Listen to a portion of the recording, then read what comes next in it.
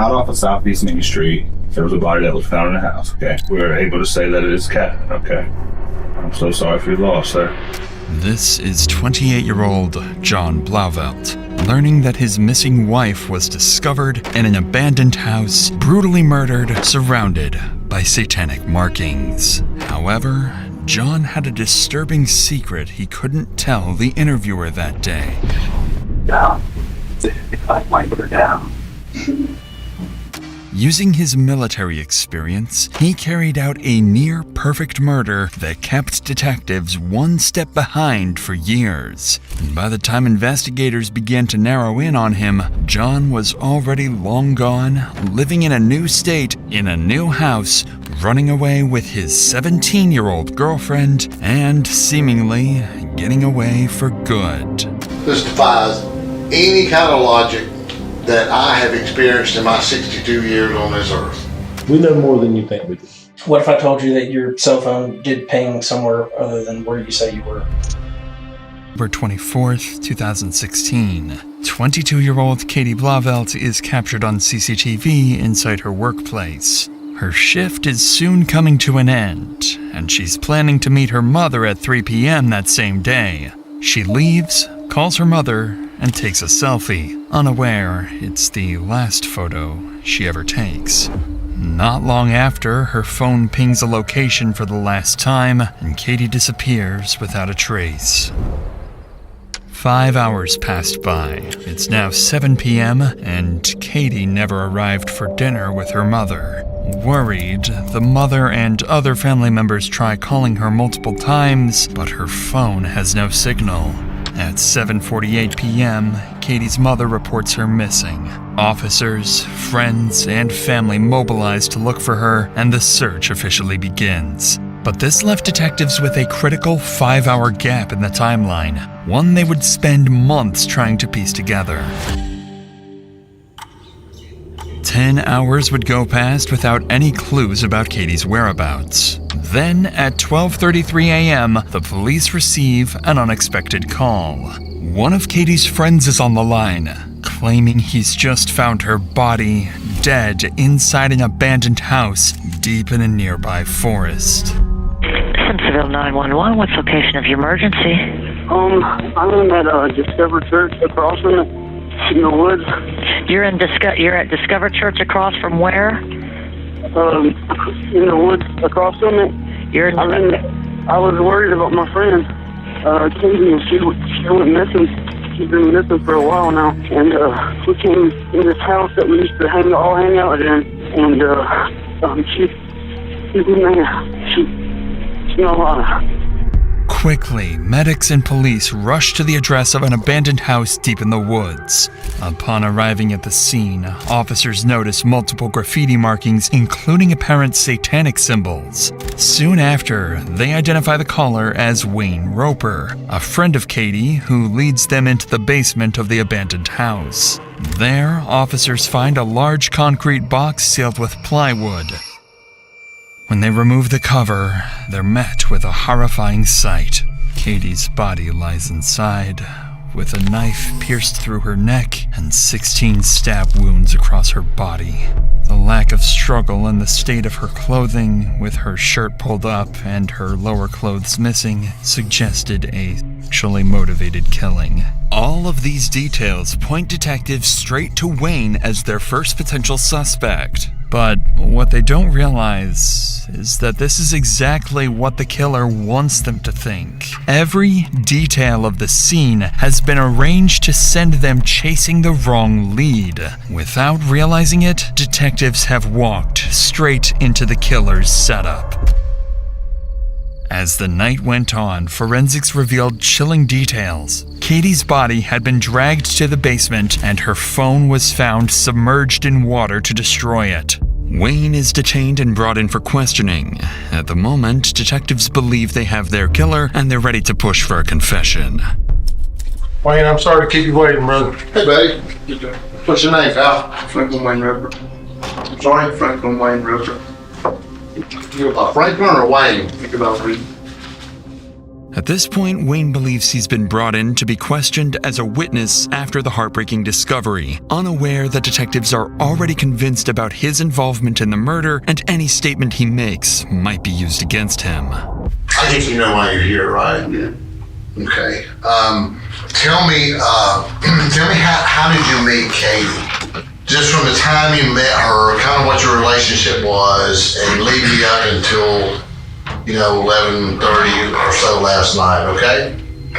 I first met her, we were friends at first, and then we dated for like a month or so, and then that's whenever I moved to Liberty with my dad, and we stayed in contact for a little bit, and then once I left my dad's and went to North Carolina, we lost contact. Detectives begin the interview by learning that Wayne and Katie were once together, but quickly, Wayne reveals something that would immediately put suspicion onto his name. Maybe a year later, that Katie got married to John Blauvelt, and then one night she came and hung out with us with John. It was the first time I've seen her since I moved, and since then, John offered me to move in with them, a roommate, being $200 a month. And I took it up. It was a big deal. So you lived with her and her husband? Yeah, That's weird. It was. When was this? Do you remember when this was? When I lived with them, it was before June this year. As Wayne explains that he once dated Katie and later lived with her and her husband, detectives gain another reason to suspect him: jealousy. And just as everything appears to be moving in the perfect direction for the real killer and his carefully constructed plan, Wayne makes a claim that complicates the investigation and may just be enough to ruin the killer's plan. Living there, everything like going okay, Then they started having arguments because of me, because she used to talk about me before, and she told me that he was jealous of me, and their arguments started getting worse, and that was whenever he got drunk one night and he cussed her out, and he had her in the bathroom. They were just pretty much just screaming at each other, and then from there she ended up moving back in with her mom, I think. When did you and Katie, when you were living with John and Katie, were y'all being intimate with each other? It was only once. And John was there or not there? It was like a threesome thing. And how did that come about? I was drunk and he was drunk, and it was her idea. Like after that, he changed. If true, Wayne's claims about John's violent behavior could shift suspicion towards him. But despite Wayne's accusations, something still doesn't add up. His story, with its inconsistencies and gaps, keeps raising suspicions. Because prior to this interrogation, detectives learned that on the day of Katie's death, Wayne arrived late to work, and he admits to walking near the abandoned house around the time Katie disappeared. More importantly, while at work, Wayne was aware that Katie might be inside that very house. Yet despite that suspicion, he never alerted authorities. Instead, he waited until the end of the day, went there himself, and only then called the police. All of this places Wayne squarely in the crosshairs of investigators, and unknowingly pushes them further into the real killer's trap. Because in the next few minutes, the interview will take a terrifying turn as detectives unknowingly edge closer to forcing an innocent man into confession to a brutal murder that he never committed. That said, let's get back to Wayne's interview, where detectives are on the verge of pushing an innocent man into a murder confession. Why did you call the police? I didn't think of it at the time. I didn't. Did you know she was dead? No. Why would you think the best idea is for you to walk into what turns out to be her final resting place, where somebody murdered her and dumped her down there like a piece of trash? You know why you didn't look in the bathroom? We glanced in there with the flashlight. Like if you're standing at the door of it, you can see in there. You can't see in the tub. I'm telling you, I was up there in the day. Cause she wasn't in the tub. This defies any kind of logic that I have experienced in my 62 years on this earth. You look like you're gonna pass out. This is too much. I bet it is. Get it off of you then. I'm sure it is. All you gotta do is lay it down. You lay the burden down, that's the only way you'll be forgiven. You gotta say, I messed up. Help me. That's what you gotta say. And I'll do it. But I'm not gonna do it on credit. Detectives remained suspicious of Wayne, but with him sticking to his story and no hard evidence, they couldn't yet arrest him. Instead, they collected his DNA sample to compare with the DNA found underneath Katie's fingernails. But that's when, just a few hours after Wayne's interview, as police search the area around the abandoned house, they stumble upon Katie's car, only a few miles from the crime scene, left abandoned in a nearby parking lot. It looked as if she had left in a hurry, but the reason her car ended up there would remain one of the biggest mysteries for the following months.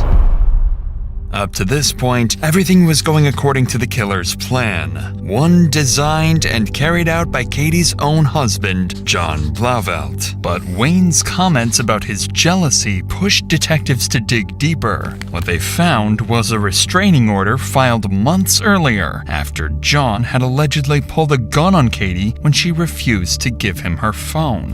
For the first time, despite his efforts, officers were seriously beginning to suspect John. So the next day, on October 26th, detectives approach him at his office on the military base where he works. Their goal is simple: hear his side of the story, verify his alibi for the day Katie died, and see how he reacts under pressure. For most perpetrators, this would be the moment everything starts to fall apart. But John isn't like the rest. He would play it perfectly.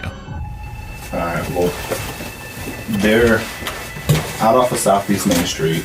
There was a body that was found in a house, okay, an abandoned house. And at this point, we're able to say that it is Catherine, okay? I'm so sorry for your loss, sir. At this time, we are investigating, and we would investigate every death the same way. We start with homicide and work our way from there, okay? What the restraining order deal? What's the deal with that? That's because a charge back that I got back in February, domestic violence first degree. Do you know if she had any issues with anybody? Anybody that wouldn't hurt her or anything like that? No, and I know that she's been dating around, and it's whatever, because I've been too. But Notice how John intentionally directs detectives towards the fact that Katie is dating around. Him pointing this out isn't a coincidence. It's a strategy. By controlling the narrative this early, John is quietly planting a story that will protect him later. Did you work this Monday? Mm-hmm. What time did you get off Monday? Like 2:30ish, 2, I don't know. Did you stop anywhere on the way home? Mm-hmm. Let me ask you this, why were you looking for Katie? For Cheyenne. Cheyenne's destroyed right now, and I'm just trying to help her out. Who do you know that would want to do harm to her? Not nobody. Do you know there's a guy that used to live with you, redheaded fella? Redhead? Yeah. Wayne? Yeah. Mm-hmm. What's his story? Just regular dude, good guy. Friends with him. Mm-hmm. What do you do for the Army? Well, right now I just sit in this office, small office right now. Because of the civil investigation, all of my recruiting duties have been suspended. Are you familiar with this abandoned house? Yeah. Okay. That's the spot. What's the spot? Hangout spot. Am I being charged with a crime? Because he's recording me, and I'm not comfortable with that. No. And if I am, I'd like to contact a lawyer. Because this is uncomfortable. Okay. You're not being charged. Okay. With a crime right now. As the interview ends, John does something counterintuitive. He defends Wayne, the man he's secretly framing. It's a manipulation tactic known as reverse empathy. By showing compassion, he makes himself appear harmless and trustworthy. John's first interrogation had gone almost perfectly, leaving detectives with little they could use against him. Still, they couldn't shake the feeling that something was off. With no evidence to hold him, he was let go, and officers would turn to those closest to John and Katie, their friends and family, unaware that John had already influenced them. Detectives started with Crystal, Katie's best friend, and at the time, also John's roommate. John knew exactly what to expect here. In his interrogation, he had already planted the idea that Katie was dating around, and Crystal, being one of Katie's close friends, also knew about her dating habits. His hope was that she would unknowingly reinforce this misdirection, steering suspicion towards anyone but him. Alright, October 28th, 2016, 4:47 p.m., Simpsonville Police Department. And like I said, all I ask is that you don't tell John you're up here. And he's not the only suspect.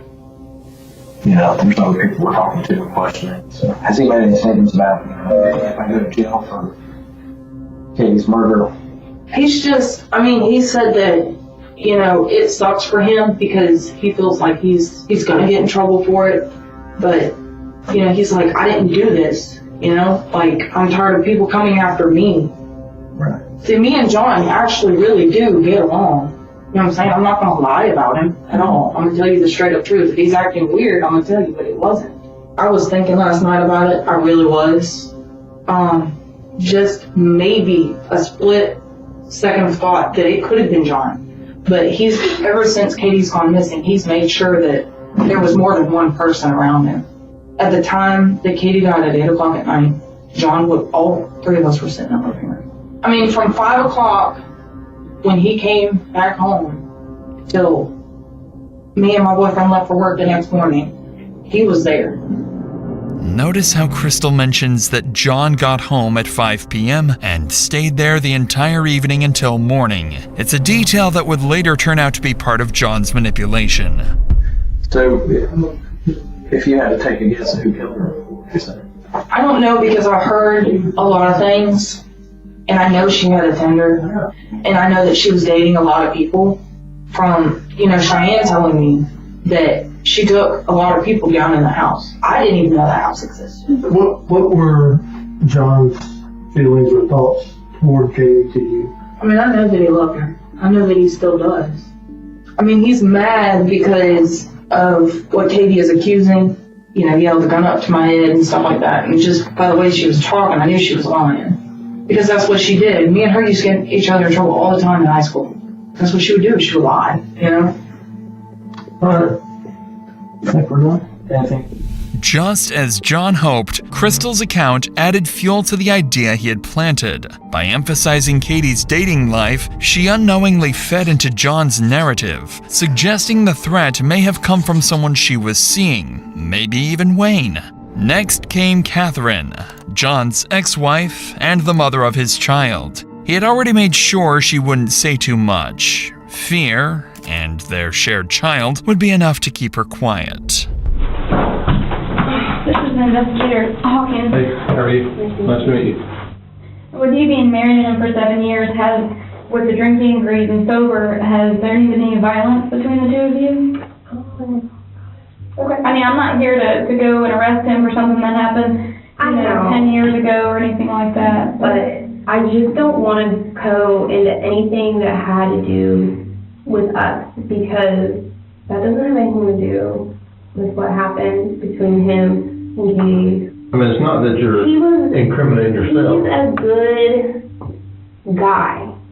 I'm alive, bad joke, but I would assume I wouldn't be if he was that crazy. Well, you never know. It only takes one time for somebody to snap. But he's never snapped with me for some reason. Plus, you two have a kid together, so. Yeah, there's that. Maybe that has something to do with it. All right, I'll give you a business card with my phone number on there. Okay. Alright, thank you very much for coming here. I appreciate it. Catherine's silence kept John safe for now, but the final interview with Katie's niece, Cheyenne, would not go according to John's plan. Unlike Crystal or Catherine, she wouldn't protect him. Instead, she would point suspicion directly at John and reveal a motive that would tie everything together. For the first time, his carefully built plan would start to fall apart. Alrighty. Your name is Cheyenne Paxton, is that correct? Yes, sir. Okay. It is Thursday, October 27th at 8:52 a.m. Simpsonville Police Department. This is in reference to the homicide investigation of John Blauvelt. Have you ever seen John get violent towards Katie? I've never seen him put his hands on. I've seen them argue. Would Katie have gone over to his house on her own? Within the last 3 weeks to a month, like I know. So if he says he hasn't seen her since July. Until July. Yeah, no. He's seen her. I know that John is really angry at Katie for a lot of things. Tell me what he's mad about her for. He feels like that it's her fault. That all, that their relationship went bad. And everything kind of went bad for a little while. He feels like it's her fault that he's losing his job. And that he got in any trouble. And he just blames it all on her, Mm-hmm. And I don't know if this matters or not, but I know he has like a $150,000 life insurance policy on her too. All right. I appreciate you coming in. I know it's not easy, especially when somebody close to you, but it's important. A lot of this information you gave us, good information that we need. So. Cheyenne's interview gave detectives their first real motive pointing to John. But motive wasn't enough. They needed evidence. They have a few leads, but they have no defined person of interest just yet. As the investigation dragged on, the detectives' frustration began to grow. John had covered himself so carefully that they couldn't even get a judge to approve a DNA warrant. Without it, they had nothing that could tie him directly to Katie's final moments. It's now been 4 days since Katie was killed, and detectives didn't have any solid evidence. They knew John was smart, but so were they. Out of options and patience, they began planning something different. They began forming a new, risky, and very unconventional plan. In just 2 days, they would set a trap for John. A trap at Katie's own funeral.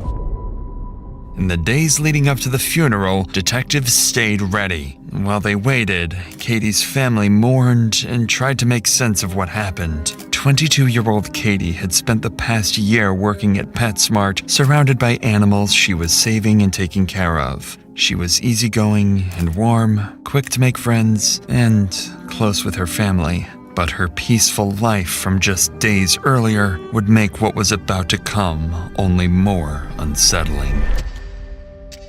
As the day of the funeral came, detectives entered the funeral home early, working quietly before guests began to arrive. They positioned hidden cameras around the room and secretly wired the space for sound. Everything inside the funeral home looked normal, but in reality, detectives controlled every detail. They'd placed cups of water and other drinks where guests could easily reach them. The plan was simple. Get John to drink from one of the cups, catch it on video, collect his DNA from the cup, and compare it to the DNA found on Katie's body. On October 30th, the day of the funeral, detectives set their plan into motion. But what their cameras are about to capture goes far beyond anything they expect.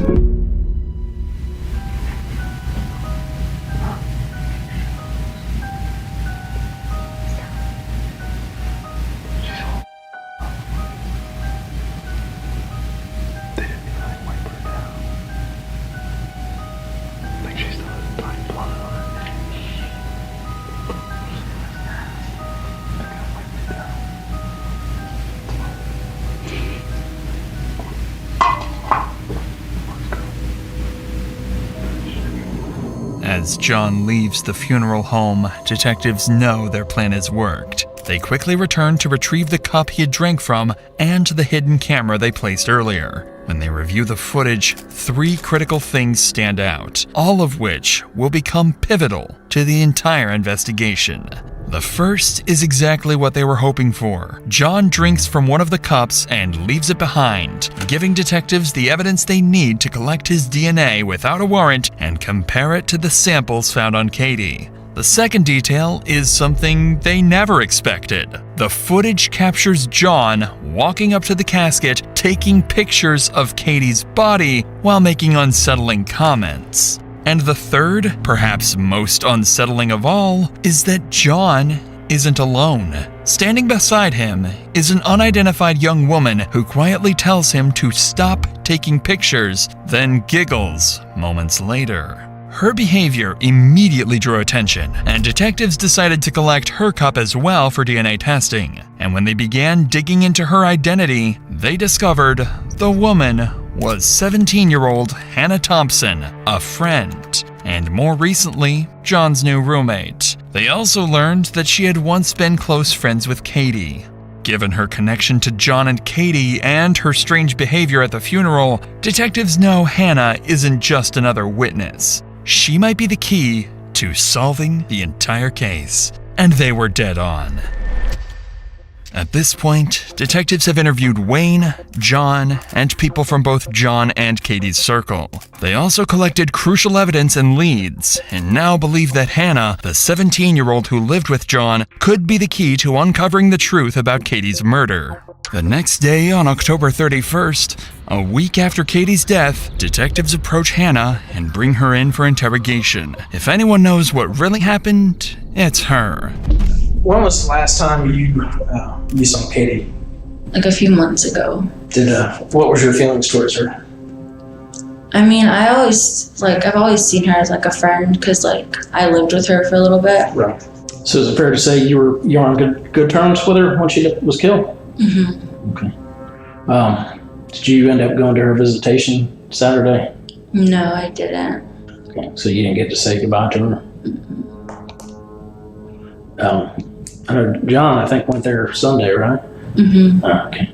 You didn't get to go with him? I went with him, yeah. I didn't go Saturday though because her family doesn't really like me because of her niece Cheyenne. Yeah. Yeah, we were kind of off and on friends, and I think she might have said something about me that her family didn't really like me.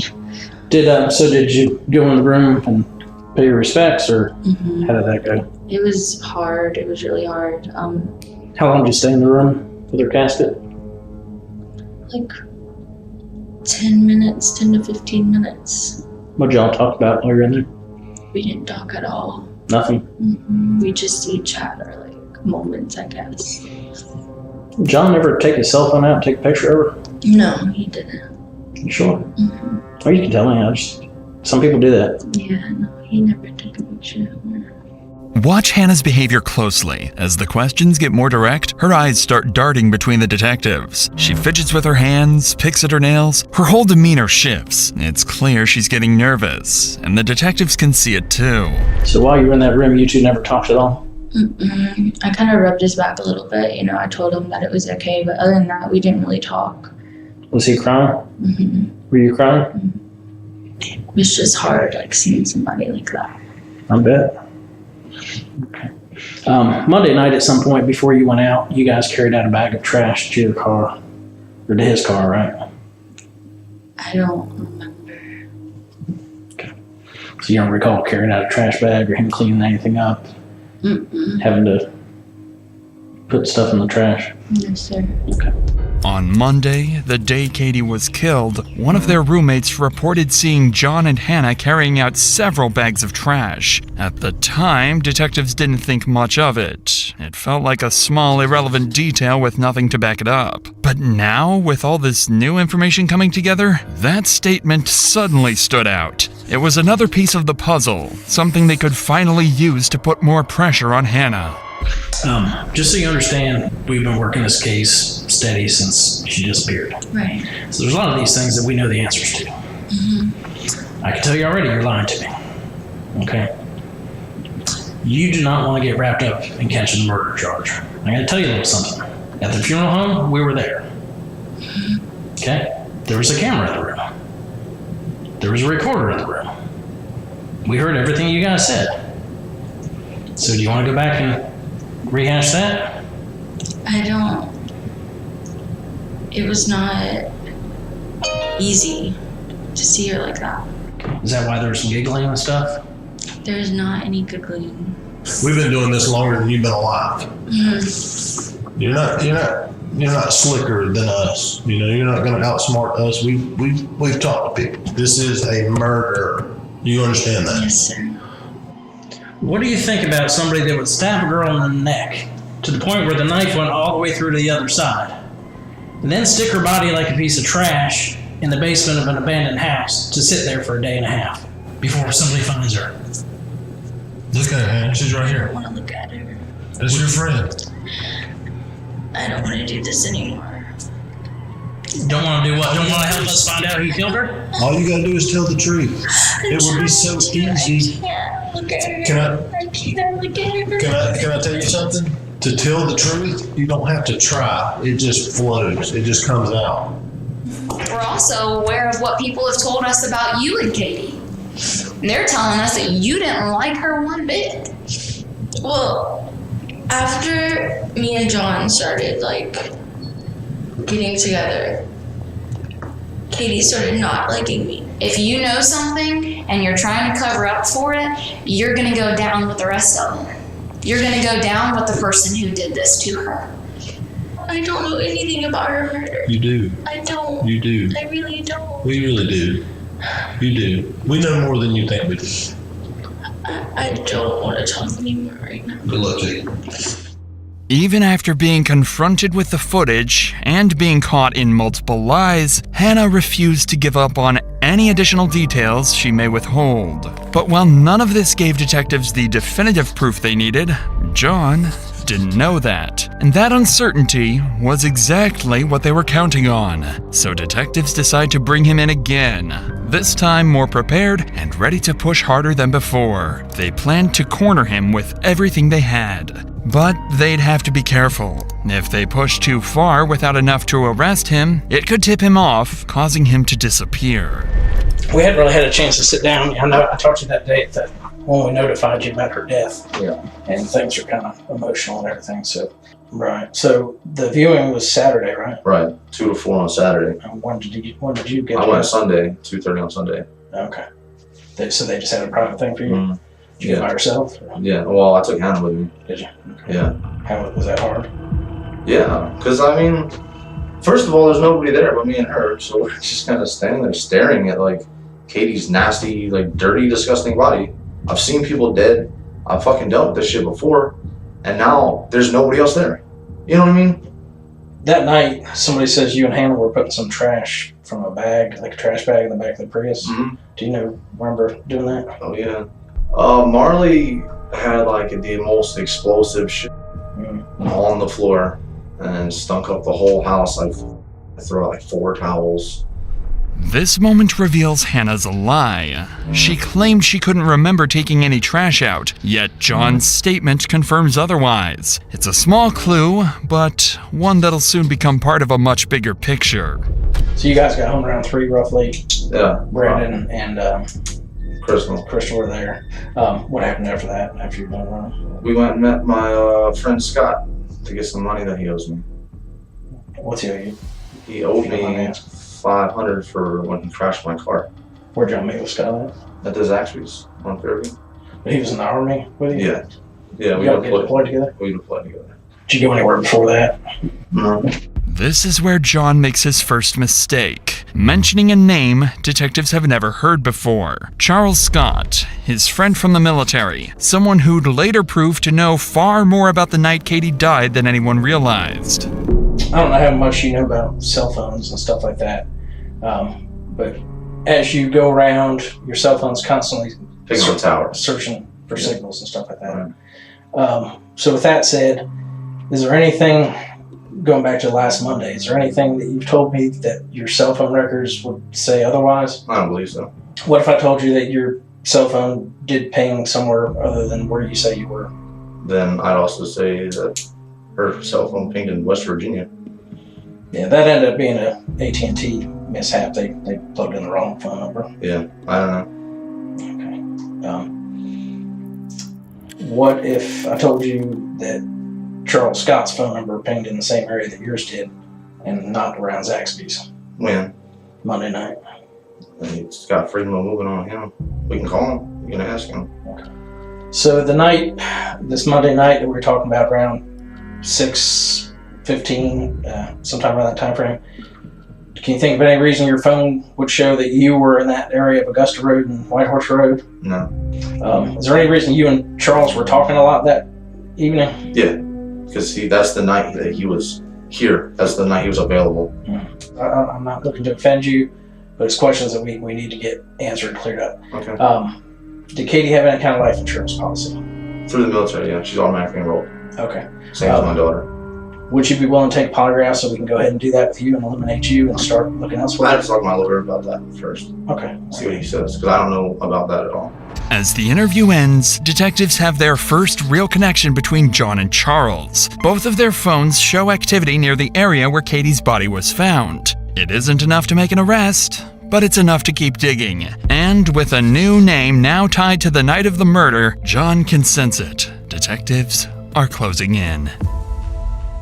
At this point, the main circle of suspects included Wayne, John, Hannah, and now more recently, Charles Scott, John's friend from the army.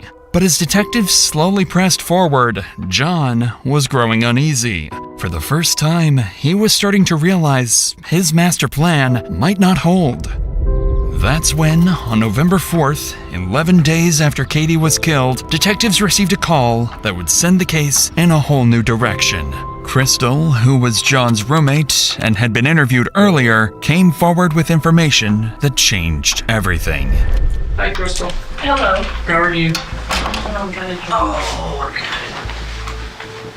what's been going on since, I don't know, you got a phone call on Wednesday?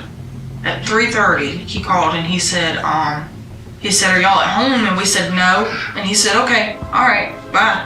And then just hung up. Well, me and Brandon got home about 6:15, 6:30, and we seen that in our room we have, like I said, the Halloween lights just going across the ceiling. The attic is right where that light is at, and I had the lights going across the attic. Well, when we come back, they were just torn down. We haven't even touched them. They were just ripped out from the attic, and once we figured out he was gone, we went searching through the house, making sure all the windows were locked and covered, and because I've never been in a house alone like that, except for my apartment. But he was gone, you know, and we couldn't call him because the cops have his phone. I said, Brandon, we need to go back outside and call the Simpsonville Detective Warlock. And I told him what was happening, and he was like, I was like, if you want to come and search the house right now, I'll give you full permission. And he said, well, I can't do that without a warrant. And he was like, and I was like, well, there's no way that somebody can come out here and like search the house or anything like that. And he said, no. He said, your best bet is to go stay the night somewhere else. He was like, because you're possibly living with a murderer. John was gone. His disappearance also meant he abandoned his military service, officially classifying him as a deserter. However, as investigators would soon learn, he wasn't alone. He had fled with none other than the 17-year-old girl, Hannah Thompson. And as officers across the state searched every highway, every motel, every possible route out of South Carolina with no sign of either of them, it became clear this wasn't just an investigation anymore. This was a manhunt. In the days that followed, leads were few. The pair had vanished completely off the grid. A 28-year-old former Army sergeant and a 17-year-old teenager, gone without a trace. Then, on November 19th, 26 days after Katie's death, a small breakthrough happened. John's red Yukon was captured on CCTV near Las Cruces, New Mexico, about 1,600 miles from Simpsonville, South Carolina, where he disappeared. And just 2 days later, on November 21st, that same Yukon was found abandoned in the mountains of Umatilla County in Oregon, over 1,400 miles away from Las Cruces. Inside the vehicle, investigators found John's laptop, clothes, and camping gear scattered around, suggesting that after the crash, John and Hannah grabbed what they could and ran into the woods. The discovery confirmed what detectives had already feared. John and Hannah were constantly on the move, crossing state lines and staying just far enough ahead of law enforcement to vanish again. Later that same day, authorities issued arrest warrants for both John and Hannah, officially turning the case into a nationwide manhunt. By this point, John and Hannah had already been on the run for over 2 weeks before any warrants were ever issued, putting them far ahead of law enforcement and nearly impossible to track. But once the warrants went active, detectives finally gained full access to their phones, chat logs, and internet history. And that's when their worst suspicions were confirmed. I just woke up and I already feel sad again. I feel like you're still talking to Katie. I promise you I'm not talking to Katie. I will leave you if you talk to her. I swear. I know. I'm not and I won't. She's gone. I'm done with her. I promise. I'm going through with that thing though soon. I'm gonna be staying with you. Good.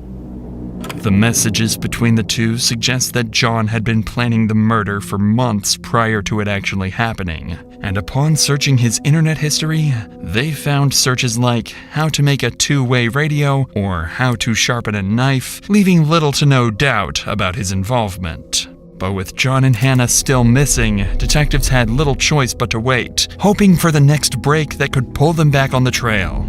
And that's when, on November 25th, 21 days after John and Hannah's disappearance and over a month after Katie's death, detectives got a call from a South Carolina prison. But the caller wasn't just anyone. The call came from the cellmate of Charles Scott, John's army friend who was already in custody for an unrelated charge.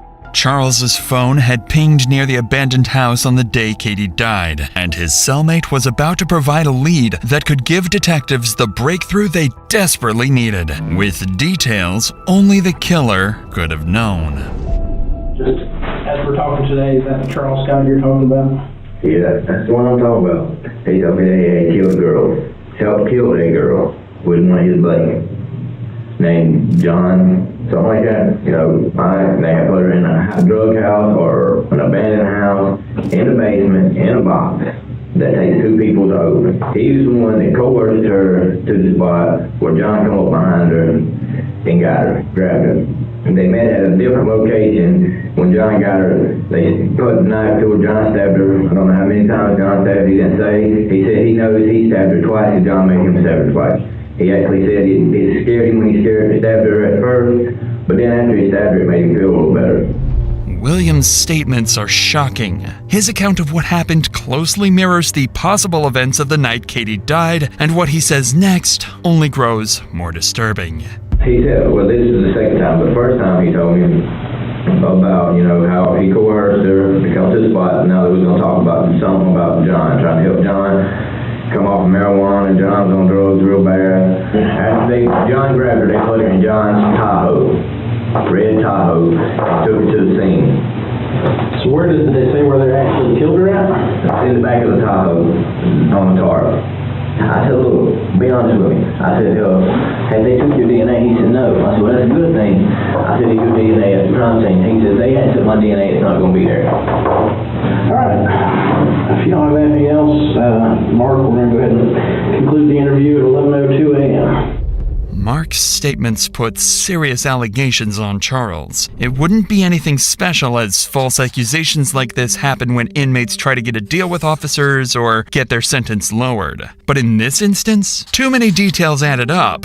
Details only the killer or someone heavily involved could have known. One of those was his claim that Charles had lured Katie to a location near the abandoned house. For detectives, this suddenly made sense of why her car had been discovered just a few miles away, abandoned without a struggle. Charles also allegedly told his bunkmate that he and John wrapped Katie in a tarp to move her into the basement. This matched forensics, which had already indicated she'd been moved after death. Now detectives have a chilling theory of how that happened. It was now a very big chance for the detectives to possibly catch one of Katie's killers, a chance they couldn't afford to waste. So without hesitation, they brought Charles in, hoping for the biggest breakthrough in the case yet. But detectives knew getting Charles to talk wouldn't be easy. They didn't have enough evidence to pin him down, and they needed something, anything, that could make him slip. So they decided to take an insane risk.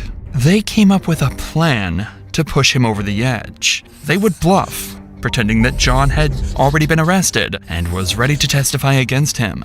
If Charles believed it, the pressure might finally make him talk. But if he didn't, detectives would lose their best chance to get the truth. Alright, Charles. Please take the polygraph test.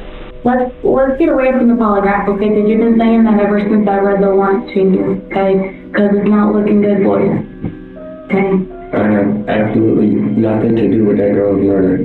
God, please take a polygraph test. God, please take Let me tell you that John was arrested in New Jersey. Okay. And he sang like a bird to those investigators. I don't care what he told you. Well, you should. I was not there. Investigator Manhunt told you that John was arrested earlier. Okay. And he's talking. What do you think he's saying? I don't know what he's saying. I don't know, but I know I've never seen that girl a day in my life. You were both there, Charles. No, we was not. As soon as the questioning starts, Charles demands a polygraph, and detectives know exactly what that means. Polygraphs aren't reliable, can be manipulated, and their results can't be used in court. It's an easy way out. Simple yes or no questions instead of a real confrontation. And before long, his avoidance turns into an act of ignorance. I never seen that girl. But you knew that they were married, and you knew that John had problems. No, I did not know. Oh, no. You told me at the Fountain Police Department that John has talked about how she was fucking his career up. That was a lie. Everybody saying like a bird. I never had no weapon. You will not find no fingerprints on no weapon that I touched. Number one. Why is that? Because I wasn't there. I didn't touch no weapon. I never had no weapon. But he said, I'll never find fingerprints on a weapon that you touched. Yeah. So, I guarantee have you ever told anybody that you're involved in this murder?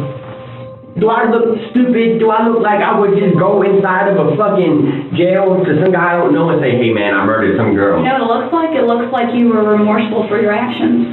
Well, let me ask you this, where's the phone that you had that you communicated with Katie on? Who's Kate? The girl that died? Yeah. I never communicated with her. Where's the phone? What phone? The phone that was used to communicate with the girl the day that she was murdered. Only phone that I had was the one you confiscated and the one in Miss Christie's house. Even after the detectives bluff and revealed the testimony his previous cellmate made about Charles' involvement in the crime, he denied everything. Still, detectives couldn't ignore the phone data placing him near the house or the chilling details from his bunkmate. With no confession, all they could do was wait. Charles's DNA was now added to the samples already being tested against the evidence found beneath Katie's fingernails. And when those results came back, they would finally reveal who was truly involved. Over 2 weeks have now passed since the last lead on the case. With false leads and missing crucial timelines, it was becoming more and more possible that the real killers of Katie would never be found. Until the detectives got a call from Hannah's parents, with information that could soon result in solving the whole case. Hannah had resurfaced, stating she had been abandoned by John and would soon come back to her hometown, so law enforcement would be there, waiting for her. It was now the day when Hannah was supposed to come back to her home. Law enforcement secured all entries to the city, as well as all possible places she could go to.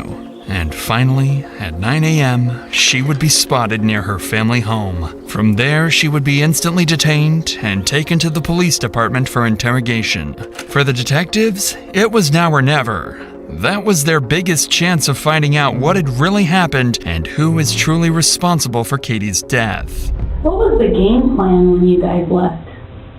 I don't think we really had one. I guess both of us just kind of panicked and he decided that he wanted to leave, the state.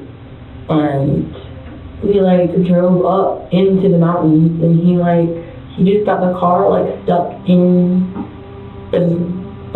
trees, in the mountains. So I was what are we gonna do? He said that we would hike.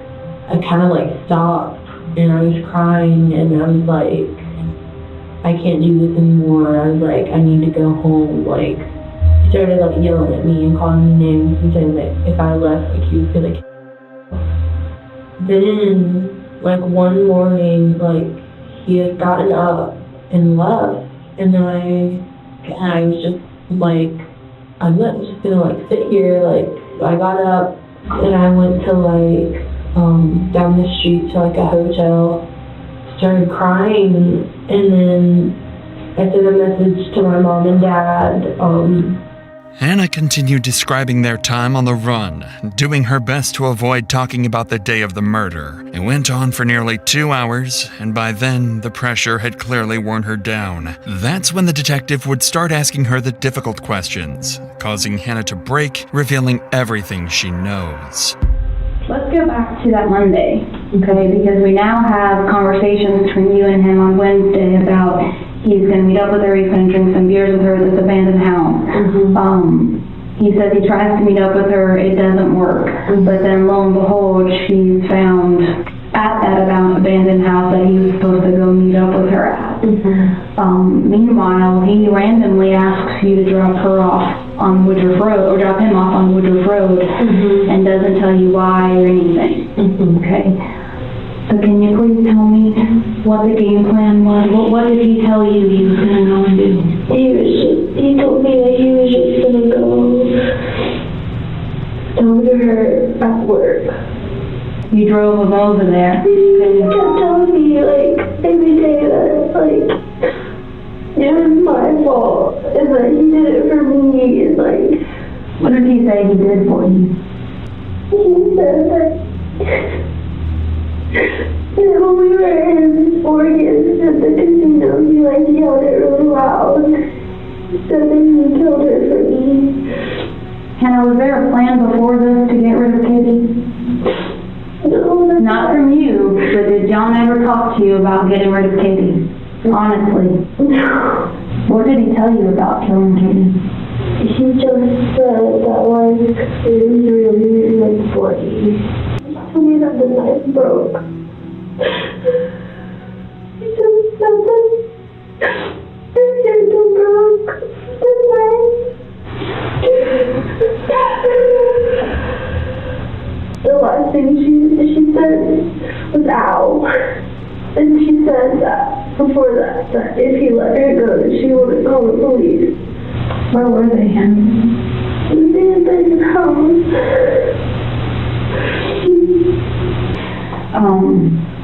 And you don't know exactly where he could be or what he said, right? Okay. Hannah, did you have anything to do with killing Katie? And the reason why I ask you this is because we're still hunting for John. Right. Okay? And as much as you think John cared about you, from an outsider's perspective, not knowing you, not being your mom, he doesn't. Unfortunately, Hannah's statements proved far less helpful in finding John than the detectives initially hoped for. Although she stated that John confessed to killing Katie and provided some new insights, she didn't know much about Charles's involvement. And while she could be arrested, detectives decided she might prove more useful free. After all, they now had her back in the city and under close watch, which seemed like a small success. What they didn't realize, however, was that this was all part of John's plan. Planting Hannah back in the city to infiltrate the case and feed him exactly what detectives knew, keeping him one step ahead for years to come. Almost 3 months had passed since Katie's body was found in the basement of the abandoned house, and the killer was still out there.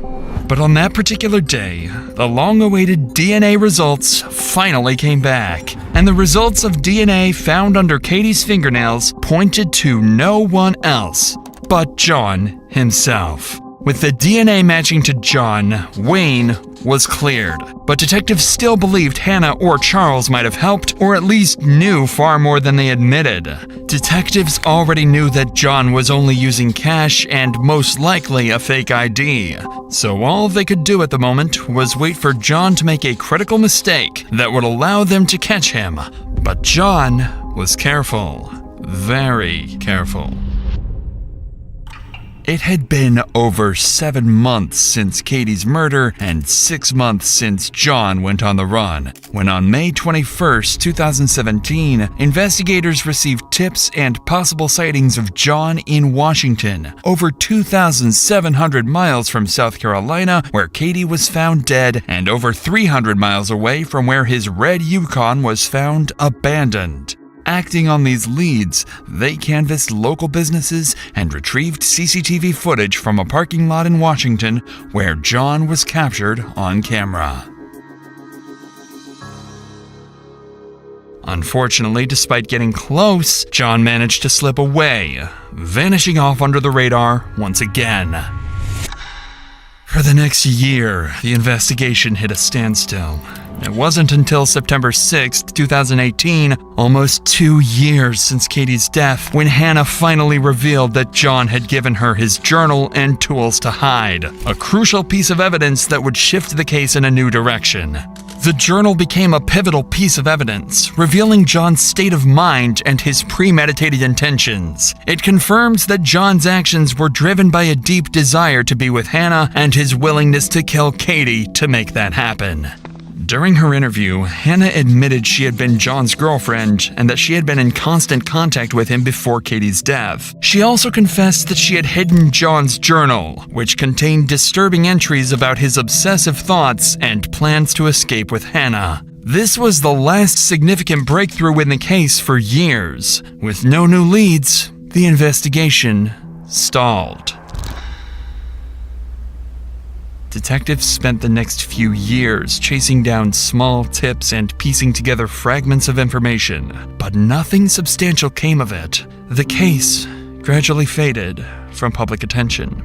Then, in 2022, 6 years after Katie's death, everything is about to change. After over 6 years of dead ends, U.S. Marshals and local law enforcement tracked John down in Oregon. He had erased his past, now living under the alias Ben Klein. Under his new identity, he had started a fresh life, marrying a new woman and leaving his past behind. The arrest felt surreal. John, who had spent so long evading capture, was now cornered. After years of hiding in plain sight, the truth had finally caught up with him, and the case was nearing its resolution.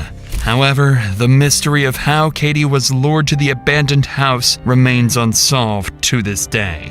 Her phone was recovered damaged, limiting investigators' ability to access message content and app-based communications. And while rumors suggested Charles Scott might have had contact with her, this was never confirmed. With no physical or forensic evidence tying him to the crime, he was ultimately ruled out as a suspect and never sentenced. In 2022, during an interview after John's arrest, Hannah revealed for the first time that she and John had been in regular contact throughout the years he was on the run, continuing to text and communicate, even after she had returned to South Carolina. This new revelation shed light on her role in helping John evade capture. Finally, on September 20th, 2024, John Blauvelt was convicted of Katie's murder and sentenced to life in prison without parole. Hannah Thompson was charged with obstruction of justice and accessory after the fact, receiving a sentence of 10 years.